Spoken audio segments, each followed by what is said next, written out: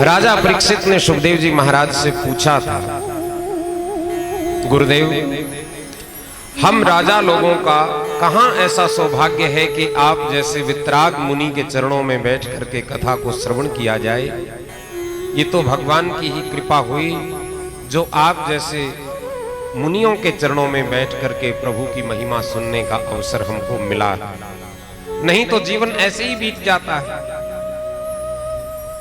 जन्म हुआ, बाल्यावस्था आई, बाल्यावस्था अबोध अवस्था है, उसके बाद किशोरावस्था आई, उसमें भी कुछ ज्यादा बोध या ज्यादा ज्ञान नहीं होता। फिर युवावस्था आती है, युवावस्था में व्यक्ति अपनी मस्ती में मस्त रहता है और फिर गृहस्थ आश्रम में प्रवेश हो जाता है। फिर गृहस्थ की अनेक जिम्मेदारियों में व्यक्ति बंध जाता है, फुर्सत ही नहीं मिलती। यानी कि सांसारिक कामकाज इतने हैं कि ये जीवन ही बीत जाता है, हरि भजन के लिए, हरि कथा के लिए फुर्सत ही नहीं मिलती। और हम राजा लोगों को तो कहां ये फुर्सत मिलने वाली थी। वो तो धन्य है उस मुनि का श्राप। श्राप तो क्या, वो मेरे लिए अनुग्रह ही है, वरदान ही है जो आप जैसे मुनियों के चरणों में बैठने का मुझे सौभाग्य प्राप्त हुआ। महाराज, मनुष्य मात्र के कौन कौन से ऐसे कर्म हैं जिन कर्मों के करने से मानव जगत का, मानव मात्र का, मानव जीवन का कल्याण हो सके, एक तो ये बताइए। और जिसका मरण नजदीक है, जिसकी मृत्यु ये मानो कि सिर पे ही आई हुई है, उसके क्या क्या कर्तव्य हैं ये बताइए। अब देखो, ये दोनों प्रश्न सबके लिए ही हैं, सबका ही कल्याण करने वाले हैं। सबका ही कल्याण कैसे हो ये प्रश्न पूछा है। और यानी कि जीवन कैसे सुधरे, एक प्रश्न तो ये है। जीवन का कल्याण कैसे हो ये बात पूछी, और मरण मंगलमय कैसे हो दूसरा ये पूछा है। अब मरण नजदीक आएगा, कब आएगा कब नहीं आएगा ये कौन अनुमान लगा सकता है। काल का किसको भरोसा है। कली काल कुठार लिए फिरता, तन नम्र है चोट झिली ना झिली।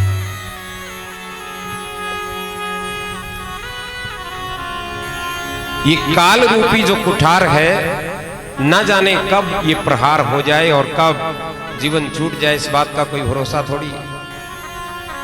इसलिए हर पल को ही हम सुधारें, हर पल ही प्रभु को याद रखें, हर कर्म में भगवान को याद रखते हुए वो कर्म भगवद अर्पण ही करें, भगवान को अर्पण कर। यद करोषि यद सनासी यद जुहोसी ददासी यद तत् तपस्यसि कौन्तेय कुरुष्व मद अर्पणम।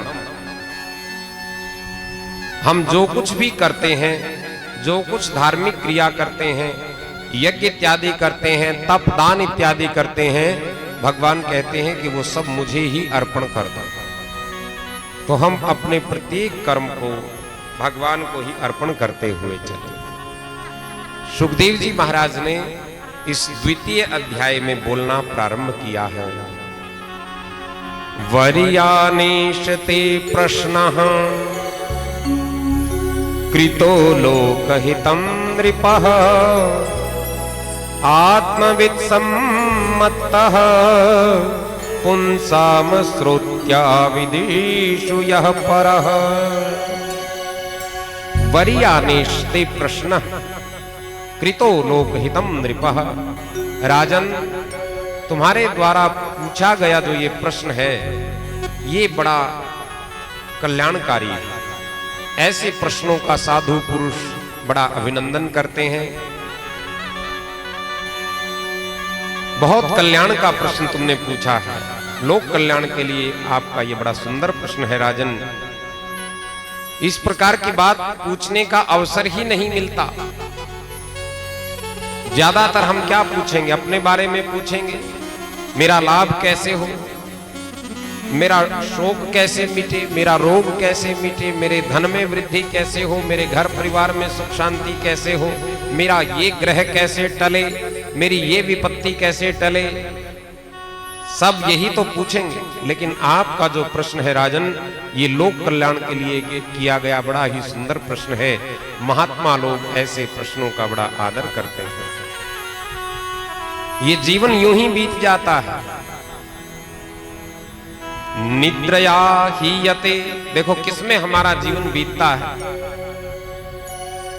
निद्रया हीयते नक्तम वयवायेन चैवायवयः दीवाचार्थे हया राजन् कुटुंब भरणेन वः।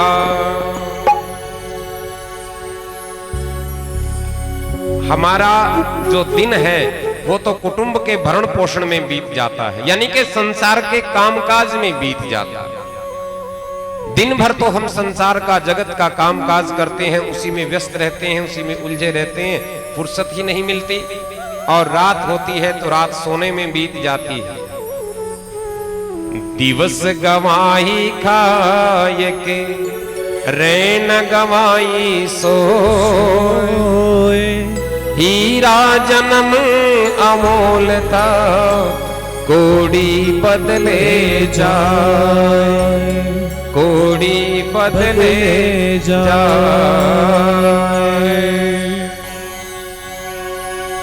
राजन ये समय ऐसे ही बीत जाता है। तो सुखदेव जी महाराज सबसे पहले तो राजा परीक्षित को यही कहते हैं कि राजन, एक तो चिंता मत करो, तुम्हारे पास जो ये 7 दिन का समय है ना, ये तो पर्याप्त है, बहुत ज्यादा है। जीवन का तो एक पल का भी भरोसा नहीं। कौन कह सकता है कि हमें इतने दिन का भरोसा है? तुम कम से कम बड़भागी हो जो 7 दिन का समय तुम्हें मिला हुआ है। 7 दिन तो तुम कहीं जाओगे नहीं, कम से कम ये तो तय है। और आपने पूछा कि जीवन का कल्याण कैसे हो, मरण मंगल में कैसे हो? तो प्रभु की भक्ति में मन को लगाना चाहिए। यहां मन लगाने के लिए 4 साधन बताए गए हैं, ध्यान देना। सुखदेव जी महाराज महायोगी हैं, करुणा के भंडार हैं, करुणा के सागर हैं। वो तो यही चाहते हैं कि जीव मात्र का कल्याण हो, सबका ही कल्याण हो। तो सबका कल्याण हो, सभी साधना के मार्ग पर आगे बढ़ें। साधना से ही सिद्धि की प्राप्ति होती है, साधना से ही जीवन का निर्माण होता है, आत्मनिर्माण होता है। यानी कि तो यहां 4 चीजें बताई। हम सब प्रभु प्रेमी जन हैं और आप सब इन बातों को जानते ही हो। तो सुखदेव जी महाराज के मुख से जो बात निकली है उसको आप लोग श्रवण करें। जितासनो जित श्वासो जित संगो जितेन्द्रियः स्थूले भगवतो रूपे मनः संधारयेत् प्रियः, मनः संधारयेत् प्रियः। देखो हम सब चाहते हैं कि हम भगवान की भक्ति करें। संसार के बहुत सारे लोग चाहते हैं, बहुत सारे धार्मिक नर नारी चाहते हैं हमारा मन भगवान में लगे। लेकिन फिर एक शिकायत भी होती है, एक उलझन भी होती है। क्या करें, मन ही नहीं लगता। हम भजन में बैठते तो हैं, मन ही नहीं लगता। मंदिर में जाना तो चाहते हैं, क्या करें, जाने का मन ही नहीं होता, मन ही नहीं लगता। ये मनीराम संसार में तो खूब रचता बसता है, लेकिन भगवान में मन लगता ही नहीं। तो क्या किया जाए फिर? धीरे धीरे अभ्यास किया जाए। अर्जुन ने भी 6ठे अध्याय में भगवान कृष्ण से, गीता के 6ठे अध्याय में यही बात पूछी थी। चंचलम ही मन है कृष्ण परमाथि बलवत दृढ़म। हे प्रभु, ये मन बड़ा चंचल है, बहुत चंचल है। परमाथि यानी कि मंथन करने वाला है, कुछ ना कुछ मंथन चलता रहता है मन में। परमाथि बलवत दृढ़म, बहुत बलवान। और जैसे वायु के वेग को रोकना मुश्किल है, वैसे ही मन की गति पर नियंत्रण पाना भी मुश्किल है। भगवान श्री कृष्ण उस समय भी अर्जुन से कहते हैं कि चिंता मत करो, हे कौन्तेय चिंता मत करो। अभ्यासेन तु वैराग्येन, अभ्यास और वैराग्य से, अभ्यास और वैराग्य के द्वारा इस मन पर नियंत्रण आप पा सकते हैं। तो सुखदेव जी महाराज भी यहां यही बात कह रहे हैं। और 4 चीजें हैं जो साधक को ध्यान रखनी। पहली क्या है? जितासनो। देखो मन तब लगेगा जब हम अभ्यास अपना बढ़ाएंगे। हर रोज थोड़ा थोड़ा थोड़ा थोड़ा भगवान की भक्ति के लिए बैठने का अभ्यास हमारा होगा। जितासनो, आसन को जीतो। एक आसन में बैठने की आदत हमारी हो, यानी कि हर रोज थोड़ा सा ऐसा समय निकाला जाए। हम अपने भोजन के लिए समय निकालते हैं, विश्राम के लिए समय निकालते हैं, यानी कि सोने के लिए समय निकालते हैं, संसार के कामकाज करने के लिए समय निकालते हैं, जिससे अपना आत्मिक कल्याण हो, उसके लिए भी तो थोड़ा बहुत समय निकालना ही चाहिए। तो जितासनो, आसन को जीतो। एक आसन में बैठो, सुबह शाम बैठने की आदत होनी चाहिए। और दूसरा है जित श्वासो, अपनी श्वासों को जीतना। इसका अर्थ क्या है? यानी कि आसन और प्राणायाम का अभ्यास किया जाए। शरीर स्वस्थ होगा तो मन परमात्मा में लगेगा।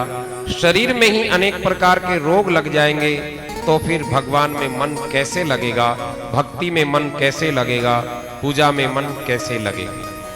इसलिए शरीर को स्वस्थ रखना, उसके लिए आसन और प्राणायाम बताए गए। तीसरा बताया गया जित संगो। साधक के लिए यह आवश्यक है कि अपने संग को जीते। हमारी संगति कहां है, कैसी है, किन लोगों का संग हम करते हैं, इस बात का ध्यान रखा जाए। जित संगो, अपनी संगति पर नियंत्रण। जैसी संगत होगी वैसी रंगत होगी। जैसी संगति में हम रहते हैं वैसा रंग जीवन में आना स्वाभाविक है। तो अपने संग को देखें कि हमारा संग किनके साथ। और चौथा कहा गया है जितेंद्रिय, इंद्रियों को जीतो। इंद्रियों को जीतो यानी कि इंद्रियों की तृप्ति जितनी हम करते रहेंगे, ये एक प्रकार से आग में घी डालने के समान है। जैसे अग्नि में हम घी डालते हैं तो अग्नि उससे शांत नहीं होती है और प्रज्वलित हो जाएगी। तो इंद्रियों की लिप्सा को, इंद्रियों की लालसा को जितनी पूर्ति इनकी करते चले जाएंगे, उतनी उतनी तृष्णाएं और बढ़ती चली जाएगी। तो ये 4 चीजें जब साधक के जीवन में होंगी तो अपने आप ही मन ये परमात्मा में धीरे धीरे धीरे धीरे लगने लगे।